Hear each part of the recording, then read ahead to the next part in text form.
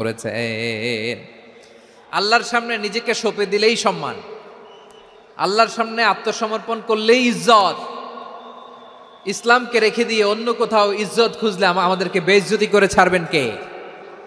এজন্য ওমর ফারুক রাদিয়াল্লাহু তাআলা আনহু বলতেন, নাহনু কওমুন আ'আজ্জানাল্লাহু বিল ইসলাম ফাইন বিতাগাইনাল ইজ্জাতা বিগাইরিহি আদাল্লানাল্লাহ।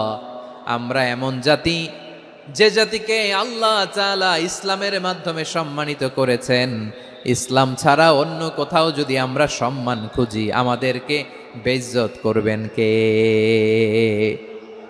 আমাদের সম্মান ইসলামে। ইসলাম সময়ের অপরিহার্য বাস্তবতা, অপরিহার্য বাস্তবতা। স্যামুয়েল হ্যান্টিংটন একটা বই লিখে গোটা বিশ্ব কাঁপিয়েছেন, দ্য ক্ল্যাশেস অফ সিভিলাইজেশন, সভ্যতার সংঘাত। এই পৃথিবীতে অনেক সভ্যতার উত্থান হয়েছে, পতন হয়েছে। প্রিয় ময়মনসিংহবাসী, আমার কথা শুনতেছেন? হ্যাঁ, শুনতেছেন? দেখি আওয়াজ করে পড়েন তো, লিল্লাহে তাকবীর। সবাই পড়েননি? এত লক্ষ মানুষ তাকবীর দিলে এই আওয়াজ হয়? আমি বিশ্বাস করি না। সবাই পড়েন নাই, সবাই গলা ছেড়ে দিয়ে আওয়াজ করে পড়ুন তো, লিল্লাহে তাকবীর, লিল্লাহে তাকবীর, লিল্লাহে তাকবীর। দ্য ক্ল্যাশেস অফ সিভিলাইজেশন, সভ্যতার সংঘাত। স্যামুয়েল হ্যান্টিংটন একটা বই লিখে গোটা বিশ্ব কাঁপিয়েছেন। বিভিন্ন সভ্যতার উত্থান এই পৃথিবীতে ঘটেছে, আবার পতন হয়েছে। এই পৃথিবীতে এসেছে আর্য সভ্যতা, বৈদিক সভ্যতা, মেসোপটেমীয় সভ্যতা, মহেঞ্জোদারো সভ্যতা, সিন্ধু সভ্যতা, অনেক সভ্যতা। এখন চলতেছে পাশ্চাত্যের ডমিনেশন, তারা এখন সুপার পাওয়ার। স্যামুয়েল হ্যান্টিংটন বলে, এক সভ্যতা, এক সুপার পাওয়ার বেশি দিন প্রভাব খাটাতে পারে না। এই পাশ্চাত্যের এই সভ্যতারও একদিন কবর রচিত হবে, এটাও একদিন নিচে নামতে বাধ্য হবে। এরপরে এমন এক সভ্যতা দাঁড়াবে যে সভ্যতার পতাকার মধ্যে থাকবে লেখা লা ইলাহা ইল্লাল্লাহ। ওই সভ্যতার পতন পৃথিবীর কেউ করতে পারবে না। চিল্লায় বলেন ঠিক কিনা? সেটাই হচ্ছে ইসলাম। নাহনু কওমুন আ'আজ্জানাল্লাহু বিল ইসলাম। আমরা এমন জাতি, যে জাতিকে ইসলাম দিয়ে সম্মানিত করেছে কে? ফাইন বিতাগাইনাল ইজ্জাতা বিগাইরিহি আদান্নাল্লাহ। ইসলাম ছাড়া অন্য কোথাও যদি আমরা সম্মান তালাশ করি আমাদেরকে আল্লাহ তাআলা অপমানিত করে ছাড়বেন। ইসলাম, ইসলাম ছাড়া অন্য কিছু আমরা মানি না, মানবো না। চিল্লায় বলতে হবে ঠিক কিনা? ইসলাম বিরোধী কোনো মতবাদ আমরা মানবো না। চিল্লায় বলেন ঠিক কিনা? ইসলাম আছে, ইসলাম থাকবে। যারা ইসলামকে মাটির নিচে গেড়ে ফেলতে চায় ওরা জানে না ইসলামের ধর্ম কি। ইসলাম চারা বীজের মতো, ইসলামকে জমিনের ভিতরে গেড়ে দিতে চাইলে এটা শাখা প্রশাখা নিয়ে আসমানের দিকে, উপরের দিকে উঠে যায়। চিল্লায় বলেন ঠিক কিনা? এজন্য আল্লাহর হাবিব বলেন, 6টি মৌলিক কর্মসূচির সারমর্ম হলো ইসলাম। আওয়াজ করে বলেন তো কয়টি? হাদিসে জিবরিলে সাইয়েদনা জিবরিল আলাইহিস সালাম বিশ্বনবীকে বললেন, ও নবী আপনি বলেন তো ইসলাম কি? ইয়া মুহাম্মদ আখবিরনি আনিল ইসলাম। ইসলাম কারে বলে আপনি বলেন। আল্লাহর হাবিব বললেন, আল ইসলাম আন তাশহাদা আন লা ইলাহা ইল্লাল্লাহ ওয়া আন্না মুহাম্মাদার রাসূলুল্লাহ ওয়া তুকিমাস সালাতা ওয়া তুতিয়াজ যাকাতা ওয়া তাসুমা রমাদান।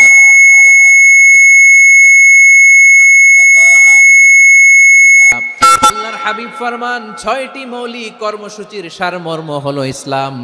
এক হলো তুমি সাক্ষী দিবা আল্লাহ ছাড়া কোনো ইলাহ নাই, মুহাম্মদ ছাড়া রাসূল নাই, তিনি আমাদের রাসূল। সালাত কায়েম করবা, যাকাত আদায় করবা, সামর্থ্য থাকলে আল্লাহর ঘরে হজ করতে যাবা। এই 6টা কর্মসূচির সারমর্মের নাম হলো ইসলাম। ময়মনসিংহবাসী আওয়াজ করে বলেন, এই 6টা কর্মসূচির সারমর্মের নাম কি? তাহলে ইসলাম কারে বলে বুঝতে পারছেন? এই যে এখানে কত সুশৃঙ্খল, আমার দিকে তাকায় আছে চাতক পাখির মতো, কি সুশৃঙ্খল। আর এই যে ধাক্কা ধাক্কি করতে করতে, ভাইয়েরা বসে যান, বসে যান, বসে যান, কষ্ট হইলেও বসে যান, অল্প কিছু সময় এরপর বিদায় নিব, বসে যান। তাহলে 10 নম্বরের 1 নম্বর আমরা বুঝে ফেলছি, ইন্নাল মুসলিমিনা ওয়াল মুসলিমাতি। আল্লাহ বলেন, মুসলিম পুরুষ এবং নারী আমার কাছে প্রিয়, যারা আমি আল্লাহর আদেশের সামনে নিজেদেরকে সোপর্দ করে দেয়, সারেন্ডার করে দেয়, আমি আল্লাহর বিধানের সামনে নিজেকে সঁপে দেয়, আমি আল্লাহর ইচ্ছার সামনে নিজের ইচ্ছা বিসর্জন দেয়, আমি আল্লাহর সামনে সে সারেন্ডার করে, আত্মসমর্পণ করে, সেই মুসলিম। ঠিক কিনা বলেন? তাহলে এক নম্বর বৈশিষ্ট্য ইন্নাল মুসলিমিনা ওয়াল মুসলিমাতি। এরপরে আল্লাহ বললেন ওয়াল মুমিনিনা ওয়াল মুমিনাতি, বিশ্বাসী নারী এবং পুরুষ, আত্মসমর্পণকারী নারী এবং পুরুষ যেমনি আল্লাহর কাছে প্রিয়, ইমানদার পুরুষ এবং নারীরাও আল্লাহর কাছে প্রিয়। পড়েন সুবহানাল্লাহ। মুমিনিনা ওয়াল মুমিনাতি, দেখেন আমি আলোচনার শুরুতেই বলেছি এই আয়াতে আল্লাহ তাআলা পুরুষদের কথা বলার সাথে সাথে পাশাপাশি কাদের কথা বলেছেন? নারীদের কথা। আওয়াজ করে বলেন, কাদের কথা? হ্যাঁ, নারীদের কথা বলেছেন।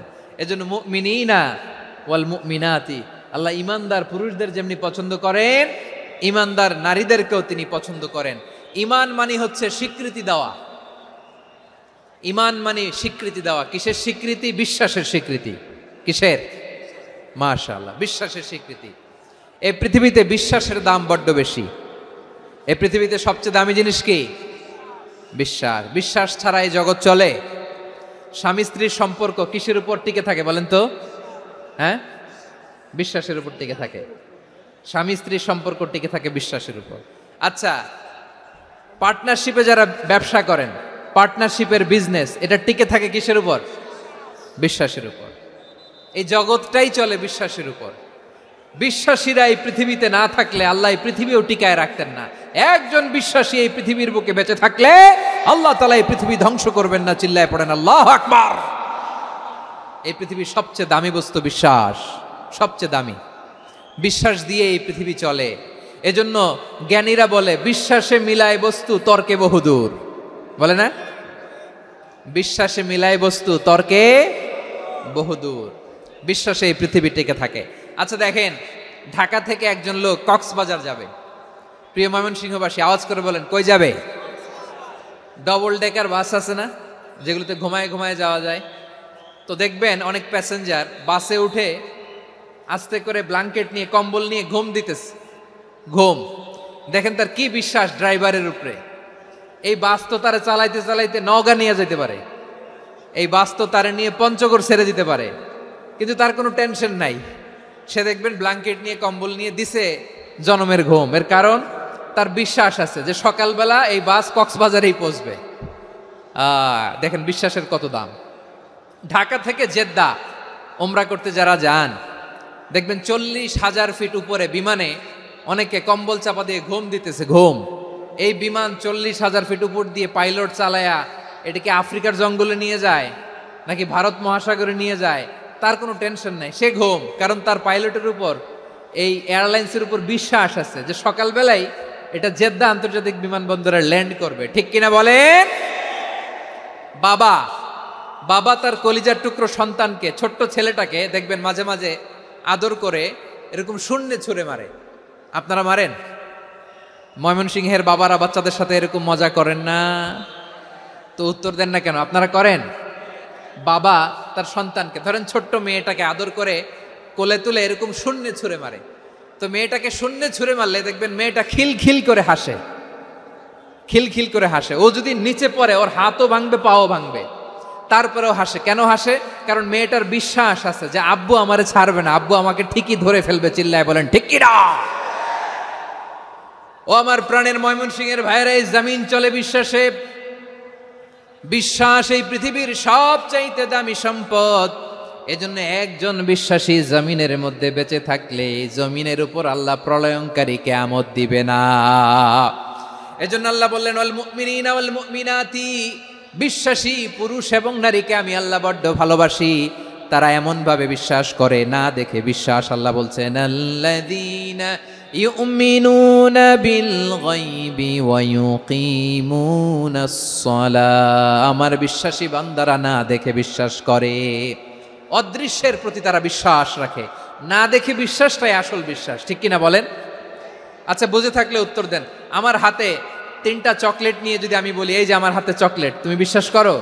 আপনি তো বলবেন করি, কারণ চকলেট তো দেখা যায়। বিশ্বাস না করে যাবেন কই? কিন্তু আপনারা না দেখায়া 3টা চকলেট এরকম মুষ্টিবদ্ধ করে পিছনের দিকে নিয়ে যদি বলি বন্ধু আমার পিছনে ডান হাতের মুঠায় কিন্তু 3টা চকলেট আছে, বিশ্বাস করো? ও না দেখেও যদি বলে বন্ধু তুই যেহেতু বলছিস বিশ্বাস করি, যদি করে এটাই আসল বিশ্বাস, না দেখে বিশ্বাস করাটাই আসল বিশ্বাস। চিৎকার করে বলেন ঠিক কিনা?